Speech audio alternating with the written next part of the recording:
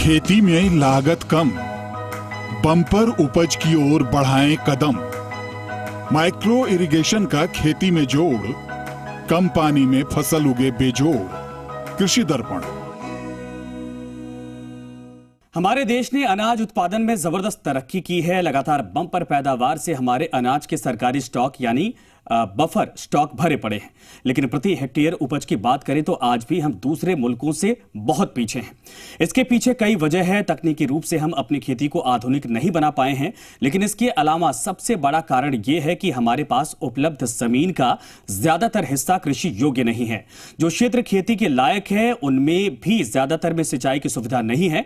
अब ऐसे में हम कैसे खेती से बेहतर उपज ला सकेंगे, पैदा कर सकेंगे, और जहां पानी उपलब्ध है वहां हम इसका बेतहाशा बिना सोचे समझे इस्तेमाल कर रहे हैं, जिससे पानी का उपयोग कम और बर्बादी ज्यादा हो रही।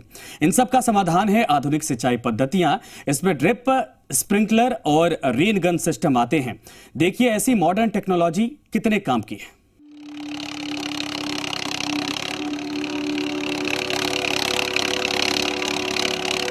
खेती के लिए सबसे मुख्य चीजों में से एक पानी के लिए मौसम पर निर्भरता आज भी खत्म नहीं हो पाई है। और जहां भरपूर पानी उपलब्ध है, वहां किसान इस पानी के महत्व को नहीं समझ पा रहे हैं। जहां जरूरी नहीं, वहां भी इसका बेवजह इस्तेमाल कर रहे हैं। ये सिलसिला रुकना चाहिए, क्योंकि कई जगहों पर पानी की कमी के कारण लोग खेती नहीं कर पा रहे। तो ये जो बचा हुआ पानी है, इसका भी किसान अगर ऐसे ही दोहन करते रहें, तो वो दिन दूर नहीं जब किसान सिंचाई के अभाव में अपने खेत को बंजर होते देखेंगे।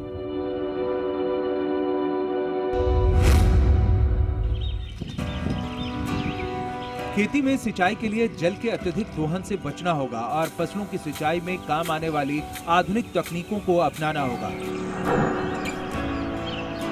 जब आप इनके बारे में जानेंगे तो आपको हैरानी होगी कि परंपरागत सिंचाई के तरीकों से हमने जल की कितनी बर्बादी की है।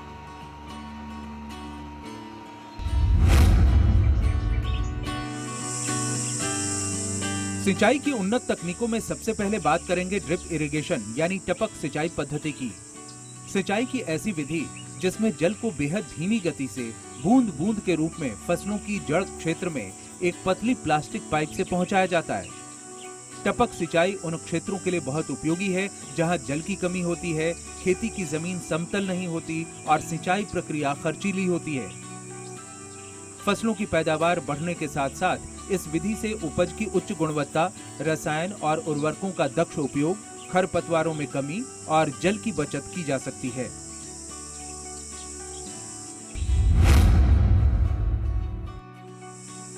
पारंपरिक सिंचाई की तुलना में टपक सिंचाई के कई लाभ हैं। इसमें जल उपयोग दक्षता 95% तक होती है।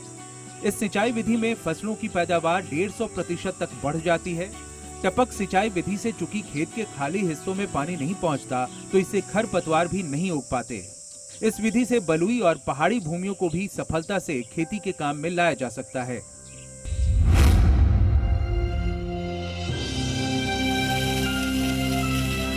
स्प्रिंकलर सिंचाई प्रणाली या फव्वारा विधि या बौछारी प्रणाली में पानी का हवा में छिड़काव किया जाता है।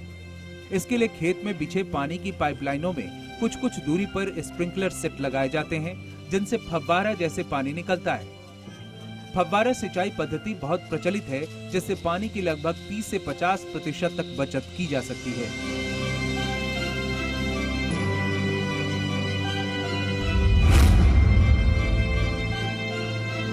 खेतों में सिंचाई के लिए बूंद बूंद और फव्वारा तकनीक के बाद अब रेनगन तकनीक भी आ गई है, जो 20 से 60 मीटर की दूरी तक प्राकृतिक बरसात की तरह सिंचाई करती है। इसमें कम पानी से अधिक क्षेत्रफल को सींचा जा सकता है। सब्जी और दलहनी फसलों के लिए ये माइक्रो स्प्रिंकलर सेट बहुत उपयोगी हैं। इससे बरसात जैसी बूंदों से सिंचाई होती है।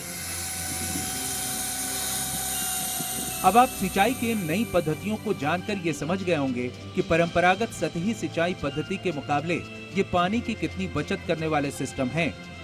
इनसे फसलों को मृदा में मौजूद पोषक तत्व और उनकी जड़ों को पर्याप्त ऑक्सीजन भी आसानी से मिल पाती है। तो पानी की बर्बादी रोकने के साथ साथ आपकी फसलों की क्वालिटी और क्वांटिटी भी बढ़ जाती है। यानी आधुनिक साधन अपनाकर आप भी बन सकते हैं आधुनिक किसान और पा सकते हैं बम्पर उपज, ज्यादा मुनाफा। कृषि दर्पण, जी मीडिया।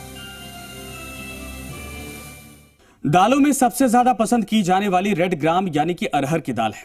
शाकाहारी भोजन में प्रोटीन का सबसे बड़ा स्रोत मानी जाती है। हाल के वर्षों में दालों की कीमतों में बढ़ोतरी के बावजूद किसान दलहन की खेती में खास दिलचस्पी नहीं ले रहे, क्योंकि एक तरफ जहां परंपरागत खेती में किसानों को नुकसान हो रहा, तो वहीं कुछ इस खेती में इस तरह की तकनीकी है जिसे अपनाकर प्रगतिशील किसान अच्छा मुनाफा कमा सकते हैं। आज हम आपको बताएंगे तकनीकी के बारे में।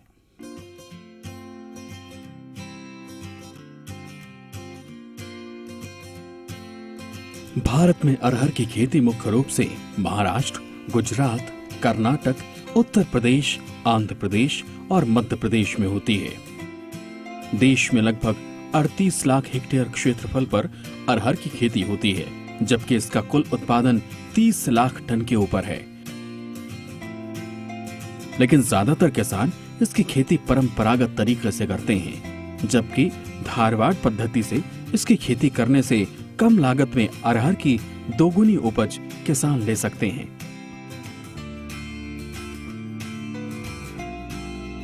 अगर इस विधि से हम लगाते हैं तो पहला तो हमारे बीज कम लगा, जहां हमको 15 से 18 केजी लगता है वहां 2 ही केजी लग रहा है।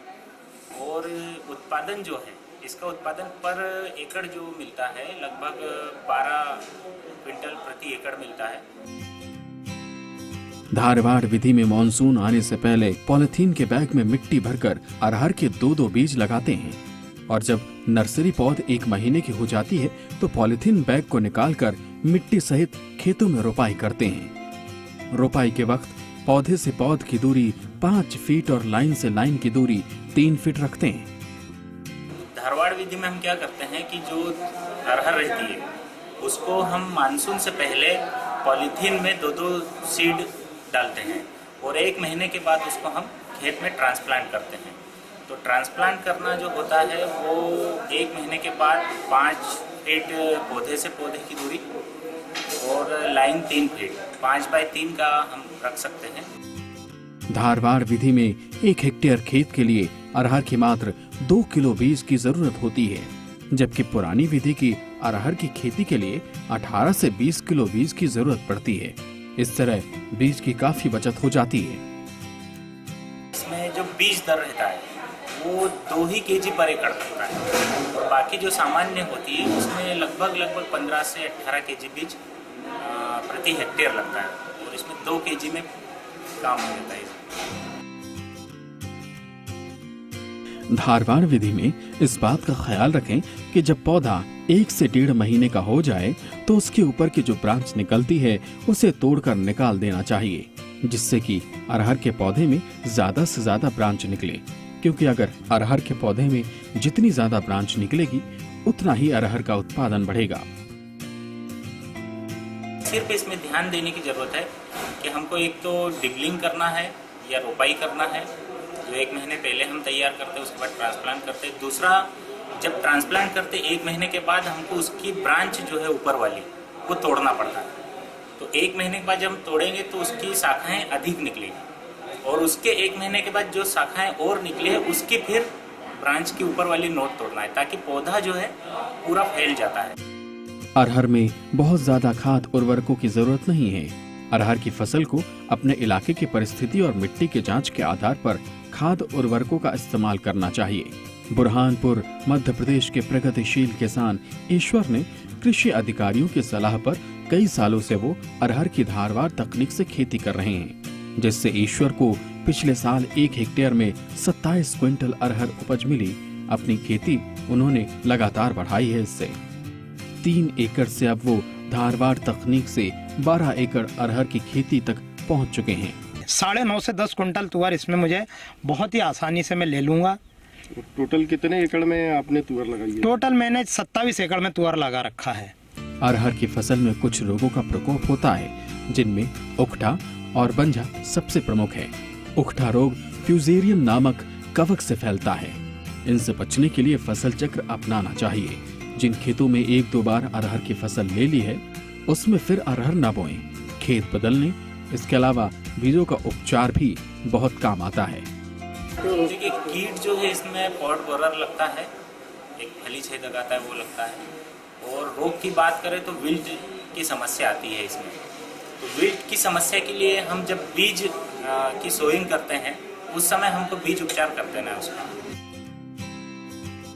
अब आप भी अगर अरहर की खेती पुरानी पद्धति से करते हैं तो उसे छोड़िए और कीजिए आधुनिक तरह से अरहर की विधि धारवार और हो जाइए मालामाल। Bureau report, ji media.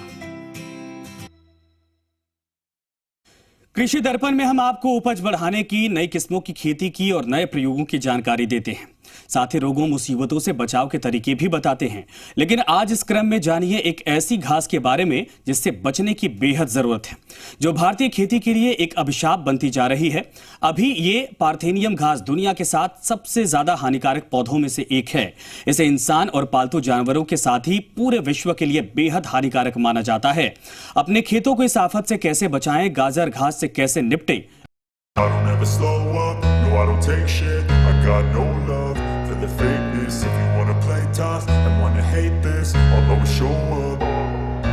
I don't ever slow up, no I don't take shit, I got no love for the fakeness. If you wanna play tough and wanna hate this, I'll always show up and make a statement. I don't ever slow up, no I don't take shit, I got no love for the fakeness. If you wanna play tough and wanna hate this, I'll always show up and make a statement. Everything I do so instinctive and so passionate. Every word I move so descriptive like an adjective. I got a vendetta against people who patented being negative when you should be getting after it.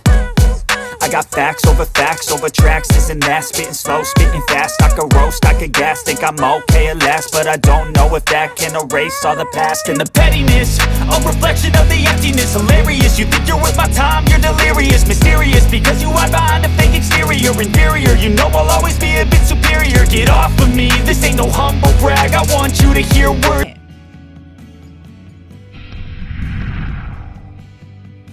ये खरपतवार जो है बहुत सारी फसलों में, धान में, मक्का में, बाजरा में, मटर में, चना में, मसूर में, मूंगफली में, राई, सरसों इत्यादि में देखी जा रही है। गाजर घास की सघनता के आधार पर हम इस निष्कर्ष तक पहुंचे हैं कि बहुत सारी फसलों में 40% तक उत्पादन में कमी देखी गई है। गाजर घास इंसान और पशुओं के लिए एक गंभीर समस्या है। इस पौधे में पाए जाने वाले एक विषाक्त पदार्थ के कारण फसलों के अंकुरित और वृद्धि तक पर बुरा असर पड़ता है। इस खरपतवार के लगातार संपर्क में आने से डर्मेटाइटिस, एक्जिमा, एलर्जी, बुखार, दमा जैसी बीमारियां हो जाती हैं। पशुओं को ये बिल्कुल नहीं खिलाना चाहिए क्योंकि इससे पशु बीमार हो जाते हैं और उनके दूध में बदबू आती है। ये खतरनाक है, यहाँ तक कि पशुओं की अधिक मात्रा में से चढ़ लेने से उनकी मौत तक हो सकती है।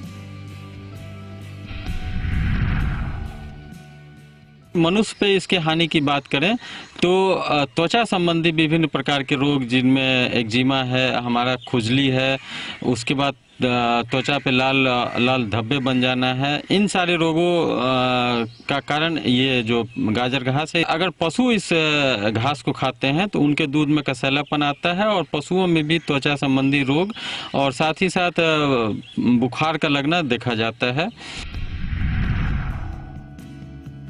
इसकी रोकथाम के लिए आप कई तरह की विधियों को अपना सकते हैं। इनमें वैधानिक, यांत्रिक, रासायनिक और जैविक विधियों का उपयोग शामिल है।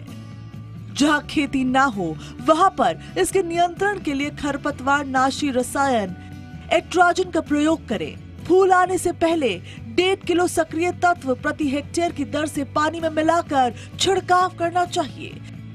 इसी तरह ग्लाइफोसेट 2 किलोग्राम सक्रिय तत्व प्रति हेक्टेयर और मेट्रोबिजिन 2 किलो तत्व प्रति हेक्टेयर का प्रयोग फूल आने से पहले किया जाना चाहिए। और खेती वाले क्षेत्रों के मक्का, ज्वार, बाजरा जैसी फसलों में एट्राजिन 1 से 1.5 किलो सक्रिय तत्व प्रति हेक्टेयर बुआई के तुरंत बाद यानी अंकुरण से पहले प्रयोग किया जाना चाहिए। रासायनिक नियंत्रण की बात हम किसान भाई करते हैं तो एट्राजिन की 1.5 किलोग्राम की मात्रा पौधों में फूल आने के पहले अगर हम 600 से 700 लीटर पानी में घोल बना करके छिड़कते हैं तो इस गाजर घास का नियंत्रण हो सकता है। साथ ही साथ अगर ग्लाइफोसेट की 2 किलोग्राम की मात्रा जो है 1% का घोल बना करके पौधों में फूल आने के पहले छिड़काव करते हैं प्रति जमीन में तो इस खरपतवार का नियंत्रण किया जा सकता है। इस तरह आप गाजर घास यानी पार्थेनियम से छुटकारा पा सकते हैं और अपनी फसलों की रक्षा कर सकते हैं। कृषि दर्पण, जी मीडिया।